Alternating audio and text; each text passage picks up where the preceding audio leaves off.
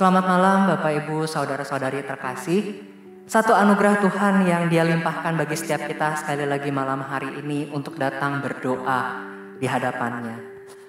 Bapak Ibu jemaat sekalian, ketika kita merenungkan kembali perjalanan kita sepanjang hari ini, setidaknya di malam ini, mungkin kita menemukan banyak hal yang tidak selalu berjalan mulus dan hidup kita tidak selalu indah. Kadang ada banyak hal yang berlalu dengan begitu cepat, ada banyak hal yang tidak terjadi sesuai dengan apa yang kita harapkan.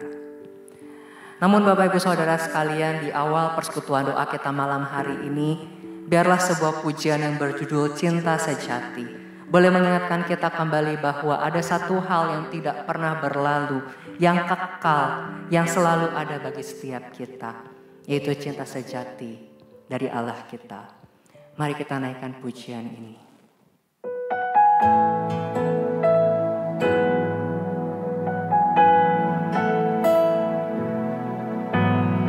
Biarlah pujian ini boleh menolong kita memasuki ibadah kita malam hari ini. Saat ku renungkan hidup bersamamu, seringkali ku melupakanmu. Ku berjalan sendiri, seakan ku mampu lalui tanpa kekuatanmu. Semakin berat beban hidupku, semakin ku menjauh darimu. Namun ada cintamu Tuhan, namun ada cinta yang tak pernah berlalu. Cinta yang ku dapat darimu telah teruji lalui rentangan sang waktu. Kau mati bagiku, berkorban untuk diriku. Mari sekali lagi kita naikkan pujian. Saat ku renungkan hidup bersamamu, seringkali ku melupakanmu. Ku berjalan sendiri, ku berjalan sendiri, seakan ku mampu lalui tanpa kekuatanmu. Semakin berat beban hidupku, semakin ku menjauh darimu. Namun ada cinta yang tak pernah berlalu. Cinta yang ku dapat darimu telah teruji lalui rentangan sang waktu. Kau mati bagiku, berkorban untuk diriku. Firman-Nya, aku mengasihi engkau dengan kasih yang kekal, sebab itu aku melanjutkan kasih setiaku kepadamu. Kasih Allah sejati tak pernah meninggalkan. Namun ada cinta yang tak pernah berlalu. Cinta yang ku dapat darimu telah teruji lalui rentangan sang waktu. Kau mati bagiku, berkorban. Kau mati bagiku, kau mati bagiku, berkorban untuk diriku.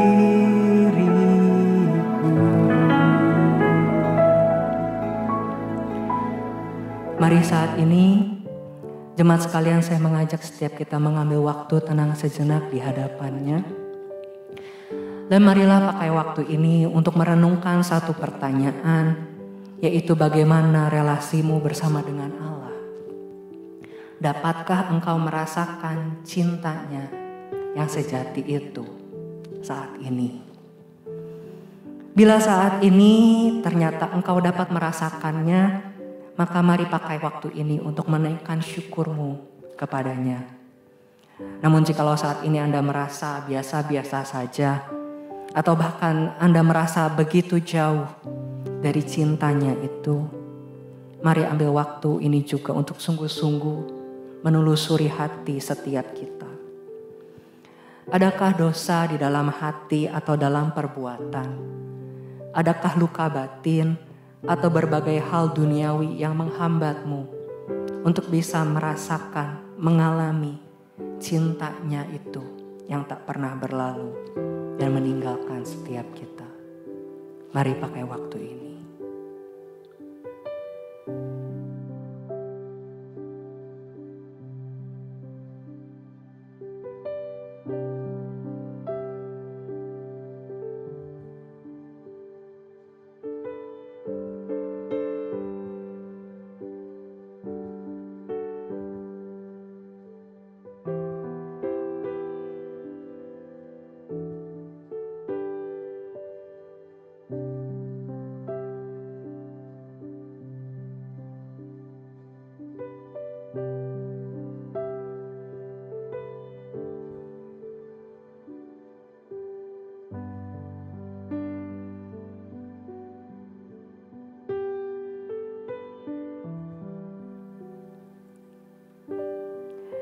Ya Tuhan, inilah setiap diri kami datang di hadapan-Mu. Tuhan, kami membuka setiap diri kami, seluruh pikiran, hati, seluruh keberadaan kami. Kiranya Tuhan Kau yang menolong kami sehingga dalam malam hari ini ketika kami beribadah, menaikkan pujian, berdoa dan mendengar firman-Mu. Kami boleh sekali lagi merasakan cinta-Mu itu. Cinta yang tidak pernah meninggalkan kami. Cinta-Mu yang sejati, yang kekal, yang tidak pernah habis dimakan waktu. Dan sekali lagi itu boleh menguatkan kami menjalani hidup kami. Terima kasih ya Tuhan. Hanya dalam nama anak Yesus Kristus kami berdoa. Amin. Bapak Ibu jemaat sekalian, pada malam hari ini di dalam kesempatan kita untuk menaikkan doa syafaat kita, malam hari ini secara khusus saya ingin mengajak kita untuk berdoa untuk beberapa pokok doa. Yang pertama saya ingin mengajak kita untuk berdoa untuk 2 komisi di dalam gereja kita, yaitu Komisi Sekolah Minggu dan Pemuda. Yang pertama Bapak Ibu sekalian, saya ingin mengajak kita untuk bersama-sama bersehati dan berdoa untuk Komisi Anak. Bapak Ibu sekalian, pertama-tama saya mengajak kita berdoa untuk setiap pengurus dan lause-lause di sekolah minggu. Bapak Ibu sekalian, mari kita dukung setiap hamba Tuhan, majelis maupun pengurus serta para guru-guru serta asisten yang melayani di sekolah minggu kita. Ketika harus melayani secara online dan juga masih harus terus menjalani keseharian, biarlah kiranya Tuhan yang terus melimpahkan kekuatan. Dan kita juga dukung dalam doa khususnya untuk para pengurus bersama dengan lause-lause di dalam mempersiapkan segala program kegiatan yang akan dilangsungkan di tahun 2022. Biarlah setiap apa yang dirancangkan ini boleh sungguh sesuai dengan apa yang Tuhan inginkan. Dan boleh menolong pertumbuhan iman setiap anak di gereja kita. Mari saat ini saya mengajak kita bersehati, kita berdoa. Bapa kami yang di surga, saat ini kami bersatu hati ya Tuhan berdoa untuk pelayanan anak di gereja-Mu ini ya Tuhan. Kami bersyukur untuk komisi anak yang ada beserta dengan majelis, para pengurus, para lause serta asisten yang boleh melayani sekalipun di tengah-tengah masa yang tidak mudah ini. Tuhan, kami terus menyerahkan setiap pelayanan-pelayanan yang terus dilakukan setiap minggunya dalam pelayanan online yang sekarang berjalan dan juga setiap rencana-rencana pelayanan ke depan yang terus digumulkan. Kiranya Tuhan Kau menolong setiap guru-guru bersama dengan hamba Tuhan di dalam menjalankan, melaksanakan pelayanan yang ada. Kami juga menyerahkan untuk setiap pergumulan para guru-guru, para pengurus yang ada, biarlah kiranya Tuhan Kau juga yang menolong setiap mereka di tengah-tengah segala aktivitas, keseharian dan pelayanan. Kiranya Tuhan Kau boleh menjadi Allah yang sungguh-sungguh juga hadir secara nyata, menguatkan, menyegarkan setiap hamba-hamba-Mu yang setia melayani, yang ada di dalam kepengurusan, dalam komunitas komisi anak ini. Dan Tuhan kami juga mau berdoa, menyerahkan untuk persiapan memasuki tahun 2020 di dalam pelayanan anak ini ya Tuhan. Kami serahkan untuk setiap pengurus dan juga lausa-lausa yang ada di dalam merancangkan setiap program kegiatan di tahun mendatang. Biar kiranya Kau yang menganugerahkan kepekaan, kesatuan hati di antara pelayan-pelayan-Mu ini. Sehingga mereka boleh sungguh-sungguh menggumulkan dan menemukan, boleh mendengarkan apa yang Tuhan sungguh ingin untuk kami kerjakan di dalam melayani setiap anak-anak yang telah Kau percayakan. Sehingga boleh bersama-sama bertumbuh dan mengenal Tuhan di rumah-Mu ini. Terima kasih ya Tuhan.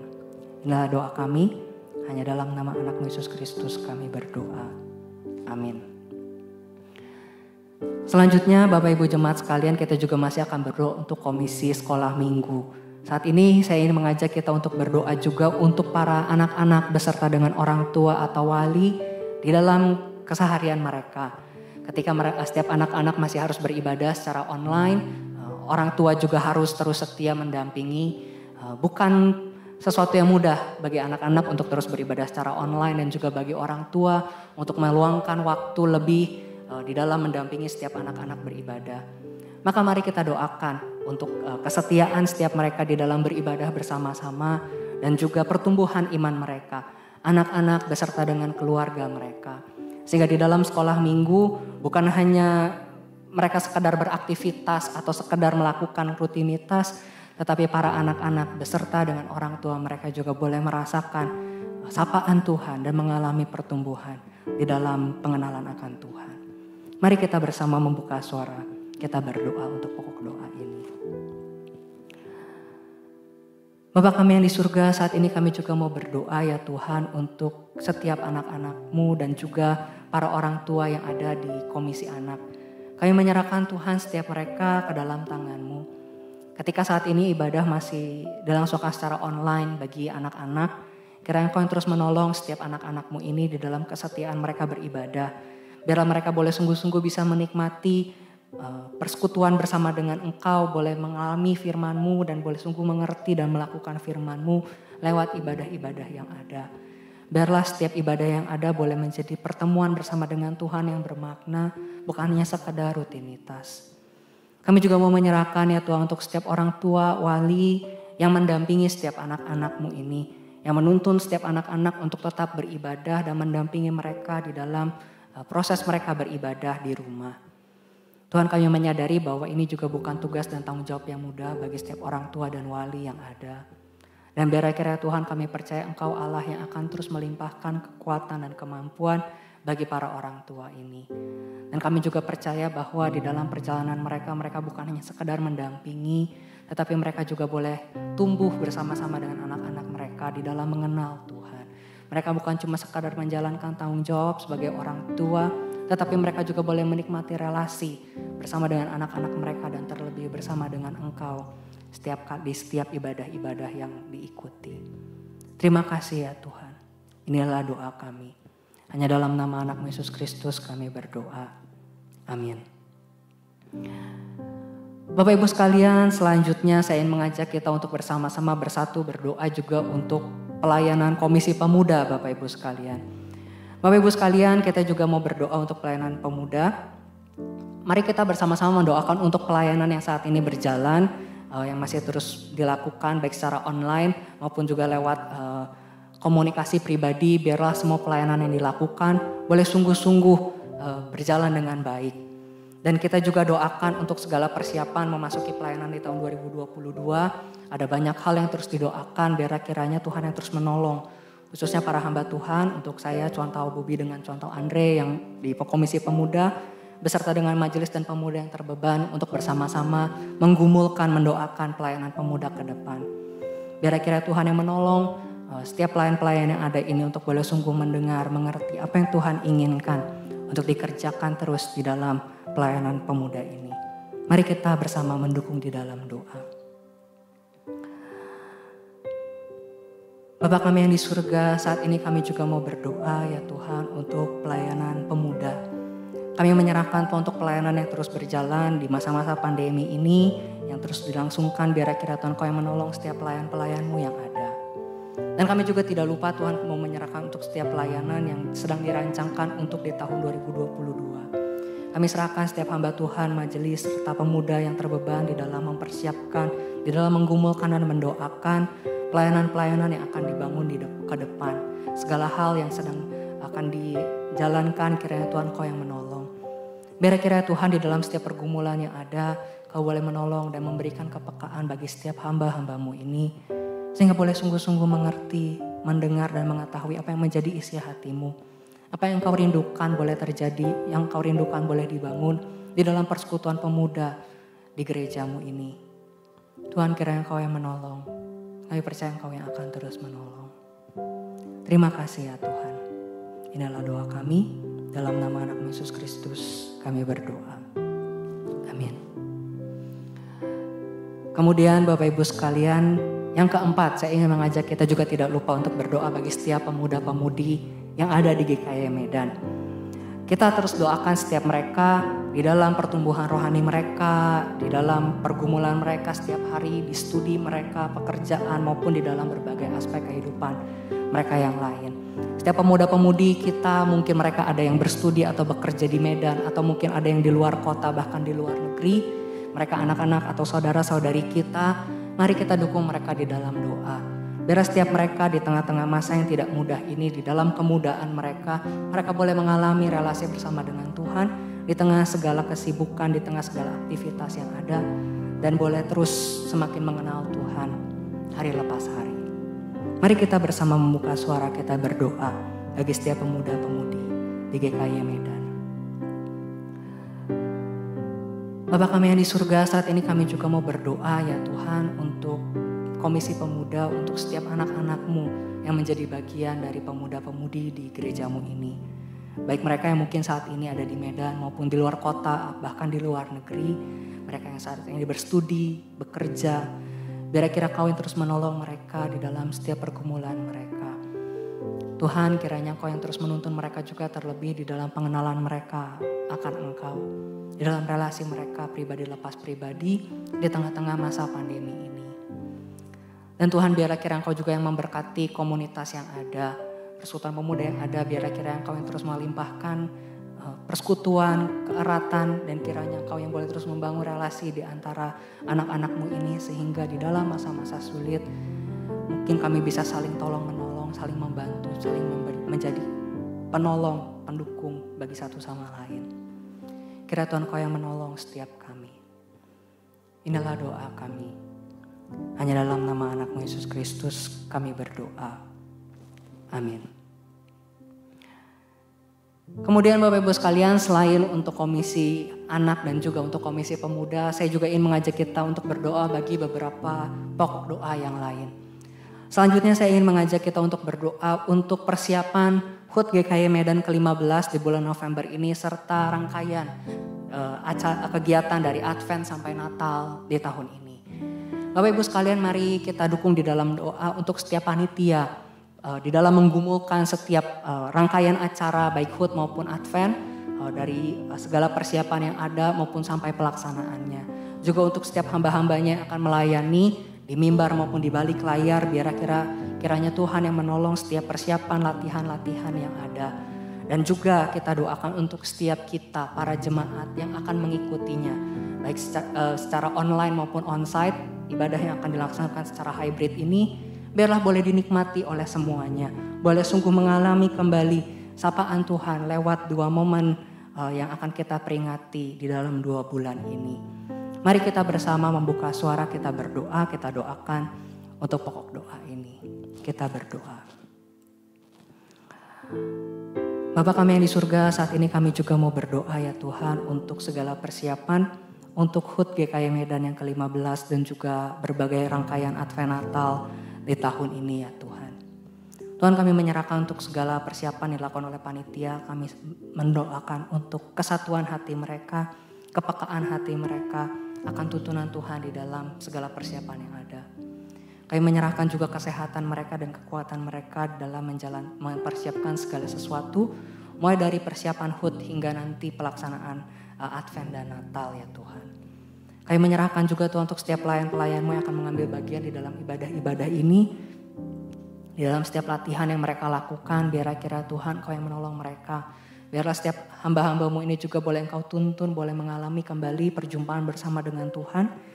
Sehingga di dalam persiapan yang ada bukan hanya persiapan teknis tapi juga boleh menjadi persiapan hati yang indah bagi setiap mereka untuk melayani Engkau di dalam 2 momen yang penting ini ya Tuhan.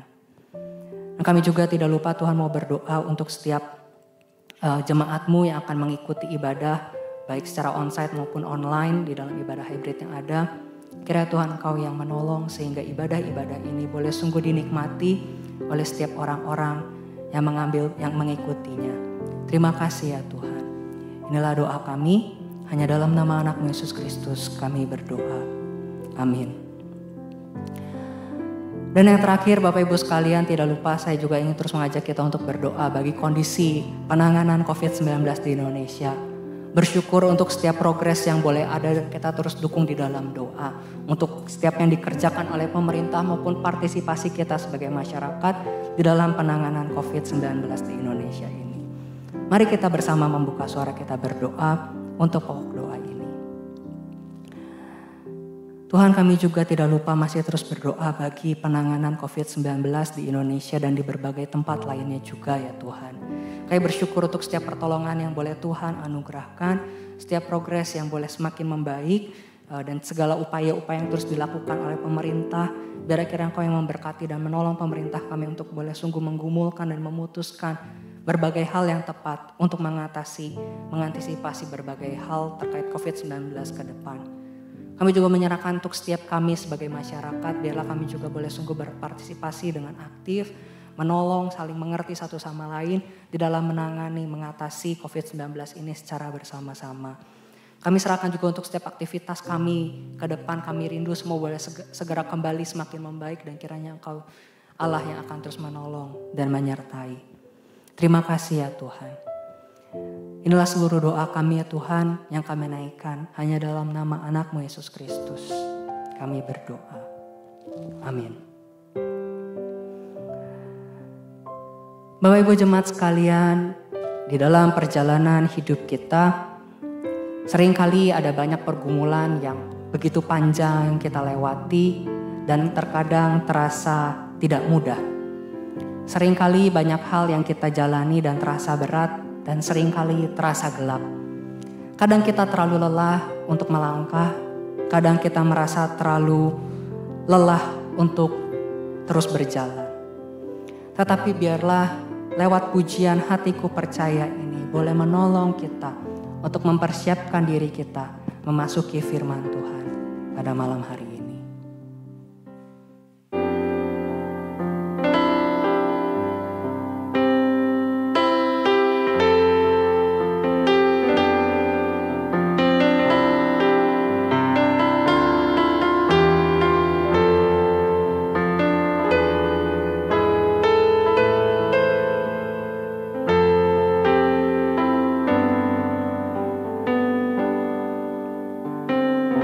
Saat ku tak melihat jalan,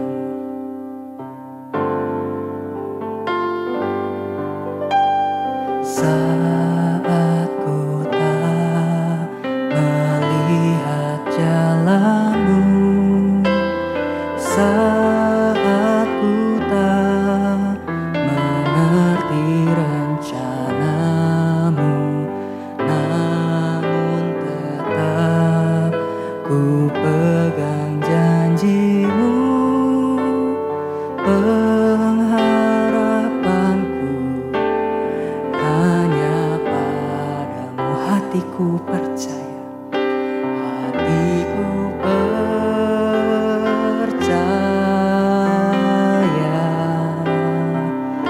hatiku percaya,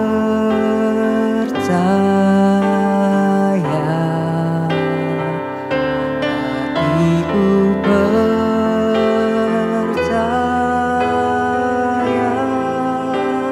selalu ku percaya.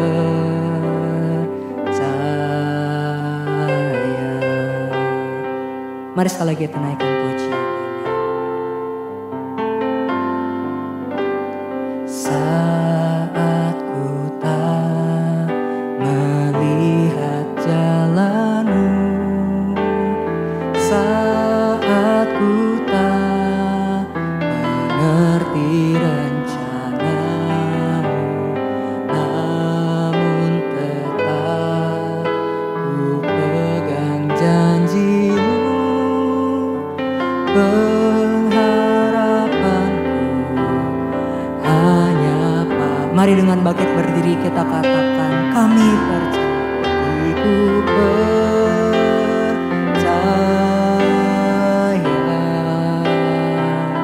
hatiku percaya,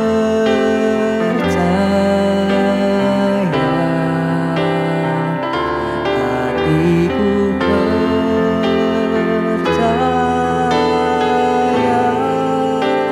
selalu ku hatiku percaya Tuhan,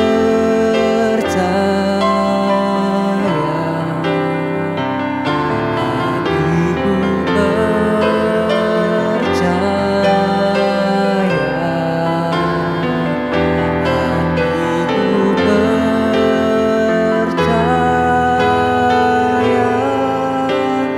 selalu ku selalu ku percaya, selalu ku percaya.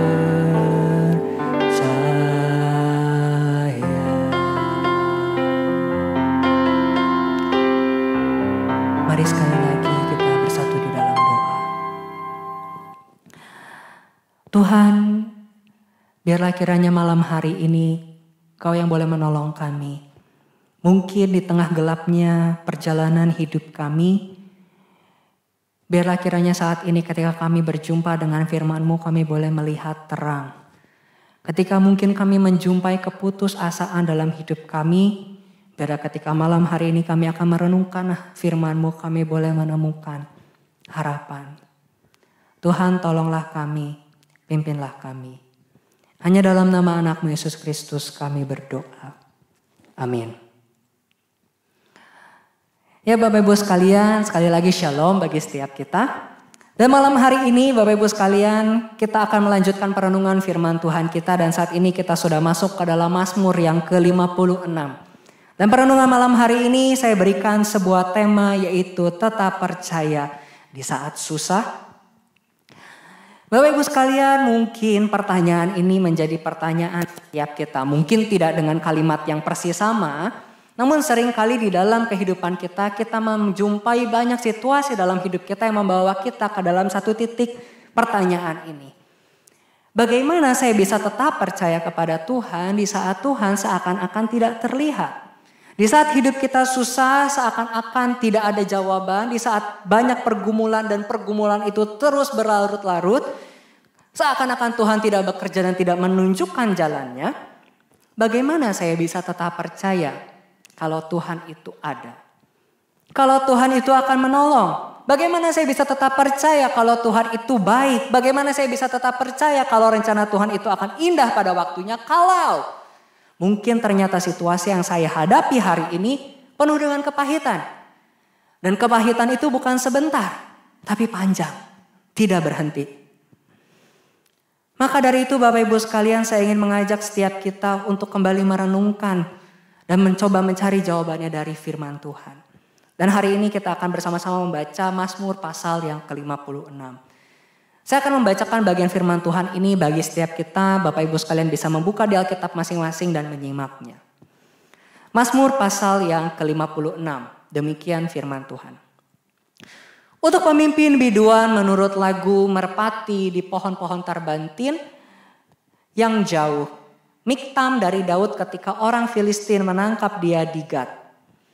Kasihanilah aku ya Allah sebab orang-orang menginjak-injak aku. Sepanjang hari orang-orang memerangi dan mengimpit aku. Seteru-seteruku menginjak-injak aku sepanjang hari, bahkan banyak orang yang memerangi aku dengan sombong. Waktu aku takut, Aku ini percaya kepadamu. Kepada Allah yang firman-Nya kupuji, kepada Allah aku percaya, aku tidak takut. Apakah yang dapat dilakukan manusia terhadap aku? Sepanjang hari mereka mengacaukan perkaraku. Mereka senantiasa bermaksud jahat terhadap aku. Mereka mau menyerbu, mereka mengintip, mengamat-amati langkahku seperti orang-orang yang ingin mencabut nyawaku. Apakah mereka dapat luput dengan kejahatan mereka? Runtuhkanlah bangsa-bangsa dengan murka-Mu ya Allah. Sengsaraku, Engkaulah yang menghitung-hitung. Air mataku, semuanya telah Kau daftarkan. Maka musuhku akan mundur pada waktu aku berseru. Aku yakin bahwa Allah memihak kepadaku. Kepada Allah, firman-Nya kupuji. Kepada Tuhan, firman-Nya kupuji. Kepada Allah aku percaya, aku tidak takut. Apakah yang dapat dilakukan manusia terhadap aku? Nazarku kepadamu ya Allah, akan kulaksanakan. Dan korban syukur akan kubayar kepadamu, sebab Engkau meluputkan aku daripada maut. Bahkan menjaga kakiku sehingga tidak tersandung. Maka aku boleh berjalan di hadapan Allah dalam cahaya kehidupan. Sampai sedemikian jauh bagian firman yang kita baca hari ini. Bapak Ibu jemaat sekalian, dari bagian yang sudah kita baca maka kita dapat melihat Daud sang pemazmur ini menuliskan mazmurnya dengan satu nuansa yang penuh percaya diri, bukan? Ya, berkali-kali di dalam mazmurnya Daud mengatakan bahwa dia percaya kepada Tuhan, bahwa dia tidak takut, bahwa dia yakin bahwa Tuhan akan menolong dia, bahwa pertolongan Tuhan akan terjadi sama persis seperti apa yang dia percaya. Bapak Ibu sekalian, padahal kalau kita melihat pembacaan kita tadi, kalimat-kalimat itu, ya, ucapan Daud yang penuh dengan percaya diri itu bukan muncul di dalam situasi yang sudah terkendali. Kalimat-kalimat yang Daud ucapkan yang penuh percaya diri itu Daud ucapkan ketika dia masih ada di dalam bahaya. Saat itu Daud masih ada di dalam situasi yang mengancam nyawanya. Musuh-musuh yang ingin mencelakakan dia, yang ingin mencabut nyawanya, posisinya itu bukan di masa lalu, bukan di masa yang telah lewat. Segala permasalahan yang dia syukuri, yang dia bilang saya percaya Tuhan akan tolong, semua masalah itu tuh belum lewat. Masih dia alami dan ujungnya belum kelihatan. Tetapi di tengah-tengah himpitan masalah itu Daud bisa dengan percaya diri berkata bahwa aku gak takut. Aku percaya sama Tuhan. Aku sama sekali gak goyah. Maka Bapak Ibu sekalian, bagaimana kita bisa memiliki iman yang mungkin bisa sama seperti dengan pemazmur.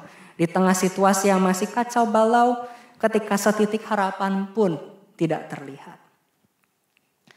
Bapak Ibu sekalian, saya ingin mengajak kita melihat beberapa gambar berikut ini. Ya, saya mau perlihatkan ada beberapa gambar jembatan. Ya, Bapak Ibu sekalian, ada 5 gambar jembatan. Ya, 5 gambar jembatan yang berbeda. Bapak Ibu sekalian, sebuah pertanyaan sederhana kalau kita melihat 5 jembatan ini. Bapak Ibu sekalian, kira-kira kalau Anda di jembatan mana kira-kira Anda bisa berjalan dengan tenang atau bahkan berlari dengan tenang?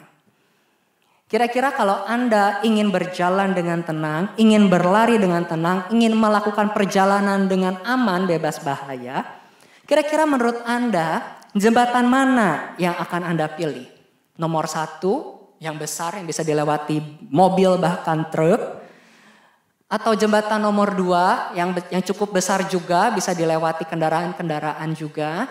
Jembatan 3 yang besar juga sih tapi terbuat dari kaca. Atau jembatan 4 besar sih kerangkanya doang tapi yang bisa dilewati cuma sebatas bisa dilewati 1 sepeda. Atau jembatan 5 yang bahkan mungkin 1 orang pun susah untuk melewatinya. Maka Bapak Ibu sekalian, kalau ditanya pertanyaan tadi ya, di jembatan mana kita bisa berjalan bahkan berlari dengan tenang, maka saya yakin jawabannya ya antara jembatan 1 atau 2. Betul ya, jembatan yang paling besar atau ya yang agak besar. Begitu ya. Karena sekalipun mungkin ya kalau kita lihat jembatan kaca tadi, ya kita tahu mungkin itu adalah tempat wisata, sudah diuji keamanannya, tetap ya yang namanya melihat kaca itu terlihat rapuh. Kita ragu ya, kita mungkin bisa jalan ya di jembatan kaca ya, jembatan nomor 3 tadi, tapi mungkin hati kita dipenuhi dengan keraguan-raguan karena yang kita lihat adalah bahan kaca yang tidak selayaknya, yang tidak pada umumnya dijadikan tempat untuk berjalan. Sehingga mungkin kita ragu, apalagi sisa 2 jembatan terakhir tadi, nomor 4 dan nomor 5. Yang begitu kecil, rapuh, gampang jatuh. Strukturnya nggak kuat, tidak bisa menopang kita. Makanya kita kalau melewati 3 jembatan yang di bawah tadi mungkin kita menjadi ragu. Tapi 2 jembatan yang pertama, yang besar, yang bisa dilewati kendaraan atau mungkin yang lebih kecil, di sana kita bisa lebih percaya diri, ya. Kenapa? Bukan masalah penampilannya, tapi memang karena kita tahu struktur jembatan ini kuat, ya, luas. Cukup kalau kita lari, kepleset, kita nggak akan jatuh kemana-mana. Kita tahu, kita sebahaya-bahayanya semua masih dalam kendali kalau kita berlari di jembatan yang besar. Nah, Bapak Ibu sekalian, kenapa saya ingin mengajak kita melihat jembatan-jembatan ini? Sesungguhnya Bapak Ibu sekalian, saya ingin mengajak kita juga melihat ke dalam diri kita ketika kita mempercayai Allah. Ketika kita menjalani hidup Bapak Ibu sekalian, bagaimana kita bisa berjalan menjalani hidup kita dengan percaya diri. Kepada siapa, kepada apa kita harusnya bersandar supaya kita bisa percaya diri menjalani hidup ini. Kalau tadi di soal jembatan, harus pilih jembatan yang mana? Supaya saya bisa tetap pilih jalan yang mana? Ya, kalau misalkan dikasih 5 pilihan jembatan supaya saya ketika berjalan bisa penuh percaya diri dan aman. Maka kita akan memilih yang strukturnya kuat, yang besar, yang terlihat kokoh dan aman. Maka Bapak Ibu sekalian, kalau ditanya soal hidup kita akan pilih menyandarkan hidup kepada siapa atau apa yang cukup kokoh, yang cukup kuat, yang memang benar-benar mampu untuk menopang kita agar kita tidak jatuh. Maka tentu kita tahu jawabannya ya ke Tuhan lah gitu ya, kalau jawaban rohaninya begitu ya. Tapi Bapak Ibu sekalian, sungguhkah kita bisa meyakini itu? Kalau kita melihat Tuhan itu sebagai jembatan yang kokoh. Bapak Ibu sekalian, sementara kalau kita melihat kembali bercermin dari Mazmur 56, Daud mampu melihat Tuhan sebagai jembatan yang kokoh dalam hidupnya. Itulah sebabnya Bapak Ibu sekalian, sekalipun dia harus berjalan melewati berbagai masalah, dia gak takut. Ibaratnya kayak kita melewati jembatan yang besar, kita mau lihat ada mobil yang lewat, mau lihat ada orang rame rombongan berlari-lari, kita gak takut karena tahu jembatannya besar, kuat, gak akan jatuh. Begitupun juga Daud. Daud tahu Allah di mana dia bersandar, di mana dia berpijak, di mana dia menaruhkan hidupnya adalah Allah yang besar. Bapak Ibu sekalian, kalau kita kembali melihat ayat 4 sampai ayat yang ke-5. Di sana Daud mengatakan, waktu aku takut, aku ini percaya kepadamu, kepada Allah yang firman-Nya kupuji, kepada Allah yang aku percaya, aku tidak takut. Apakah yang dapat dilakukan manusia terhadap aku?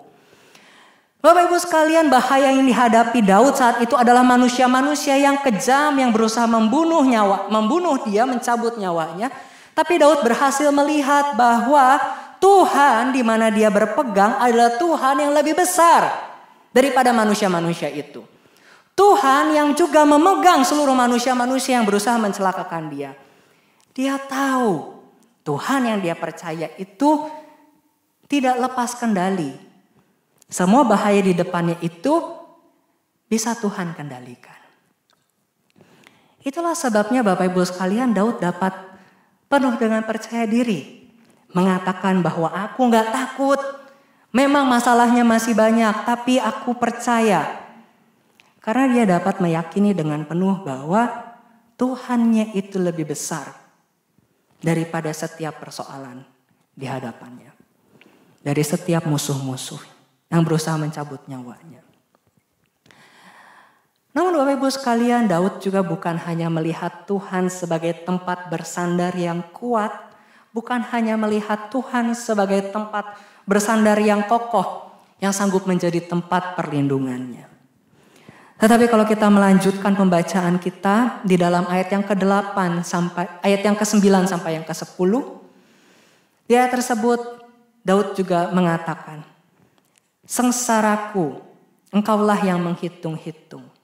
Air mataku kau taruh dalam kirbatmu. Bukankah semuanya telah kau daftarkan?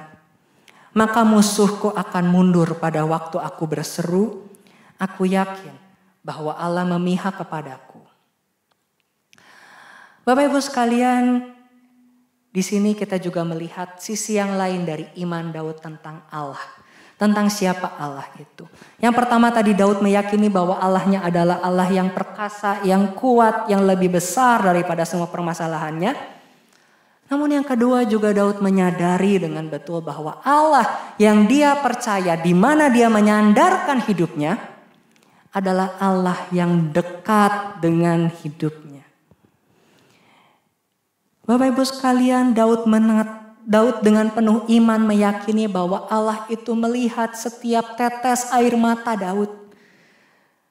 Daud percaya bahwa Tuhan mendengar setiap teriaknya minta tolong, setiap ketakutannya, setiap keringat dingin yang bercucuran, setiap luka yang dia rasakan. Dia tahu ketika dia berteriak mengutarakan segala isi hatinya, dia tahu Tuhan tetap ada bersama dengannya. Tidak pernah pergi. Oleh karena itu Bapak Ibu sekalian, Daud bisa memiliki iman yang begitu besar. Sekalipun di dalam persoalan yang mencekik dia masih bisa menemukan Allah sebagai tempat kelegaannya. Karena dia menyadari bahwa Tuhan itu dekat dengan dia. Dia bukan cuma menopang, menjaga agar dia tidak jatuh. Tapi Tuhan juga adalah Tuhan yang menggenggam jiwanya. Yang sanggup merangkul dan memberikan kesegaran di dalam setiap pergumulan yang dia alami. Oleh sebab itu Bapak Ibu sekalian, di tengah persoalan yang ada, Daud dapat menemukan percaya diri di dalam Tuhan. Dan Bapak Ibu sekalian, saat ini bagaimana dengan setiap kita? Saya yakin percaya 2 poin yang sudah saya bagikan dengan Bapak Ibu Saudara bukan pertama kali setiap kita dengar. Bahwa Tuhan itu lebih besar daripada semua permasalahan kita dan bahwa Tuhan itu dekat dengan setiap kita. Namun Bapak Ibu sekalian, sudahkah itu menjadi bagian dari hidup kita? Sudahkah kita mampu sungguh-sungguh mempercayainya? Bukan hanya sekedar mengingatnya di dalam pikiran kita. Bapak Ibu sekalian, satu ilustrasi penutup Bapak Ibu sekalian ketika berbicara soal jembatan tadi. Kan tadi saya mengajak kita memilih jembatan mana gitu. Kemudian kan kalau saya tadi mengajak kita berargumentasi, pasti kebanyakan kita akan memilih, kita akan merasa aman melewati satu jembatan kalau jembatan itu kokoh. Betul ya. Tapi Bapak Ibu sekalian, ada satu hal yang menarik terkait dengan jembatan. Bapak Ibu sekalian, jadi ada satu istilah yang disebut dengan jephirofobia. Nah Bapak Ibu sekalian, jephirofobia ini adalah sebutan untuk sebuah fobia. Ya, seperti namanya ada ujungnya fobia, yaitu fobia terhadap jembatan. Ya, jephirofobia yaitu rasa takut yang berlebihan untuk menyeberangi jembatan. Ya, Bapak Ibu sekalian, ketika membayangkan atau mungkin ternyata Bapak Ibu Saudara ada yang memiliki fobia serupa, ya fobia ini mirip dengan fobia ketinggian gitu ya biasanya. Ya jephirofobia itu karena orang akan merasa sesak gitu ya, jantung berdebar-debar bahkan pingsan ketika harus melewati satu jembatan. Bapak Ibu sekalian, Satu hal yang menarik dari orang-orang yang mengidap zephyrofobia ini, yang mengidap fobia jembatan ini adalah Bapak Ibu sekalian, seorang ahli mengatakan begini, orang-orang yang fobia terhadap jembatan ini sesungguhnya mereka tuh bukan takut jembatan akan runtuh. Mereka takut menyeberang jembatan itu bukan karena ragu konstruksinya kuat atau tidak. Bukan. Yang mereka takutkan adalah bahwa diri mereka sendiri yang akan jatuh dari jembatan. Jadi tidak peduli mau jembatannya sebesar apa, ya seaman apa, dia mau naik apa, mau pakai seat belt, mau pakai sabuk apapun, dia segala proteksi yang diberikan, selama dia melihat jembatan, pikirannya hanya akan terus mengatakan, memberikan sugesti, saya akan jatuh. Mengerti ya Bapak Ibu sekalian? Jadi orang yang punya zephyrofobia ini gak peduli. Mau di jembatan yang tadi cuma sebesar batang kayu saja, atau mau di jembatan yang besar sampai bisa dilewati 10 truk sekalipun, orang yang punya zephyrofobia akan terus merasa takut untuk menyeberangi jembatan. Tidak peduli sekuat apapun konstruksinya. Karena yang menjadi masalah bukan di jembatannya pada akhirnya. Tetapi ketakutan di dalam dirinya. Dia mungkin bisa bilang, iya jembatannya kuat. Tapi dia akan selalu kembali berkata, tapi gimana kalau saya jatuh? Tapi kan kamu jalan di tengah, mungkin kata temannya. Tapi kemudian orang yang zephyrofobia, tapi gimana kalau ternyata saya kepleset, kedorong jatuh gitu. Selalu punya hal, selalu punya sugesti yang akan mendorong dia untuk selalu berpikir, saya pasti akan jatuh. Itu yang dialami oleh orang-orang yang mengalami zephyrofobia. Dan Bapak Ibu sekalian, kalau kita kembali bercermin dalam hidup perjalanan rohani kita, mungkin kita juga ternyata mengalami fobia yang sama. Sebenarnya kita tahu, kita sudah melihat bahwa Tuhan kita itu kuat. Kita sudah melihat bahwa Tuhan telah bekerja dengan luar biasa dalam hidup kita. Sesungguhnya kita sudah melihat bahwa Tuhan teruji. Cintanya telah teruji di sepanjang waktu. Penghiburannya sudah pernah kita alami berulang kali di dalam hidup kita.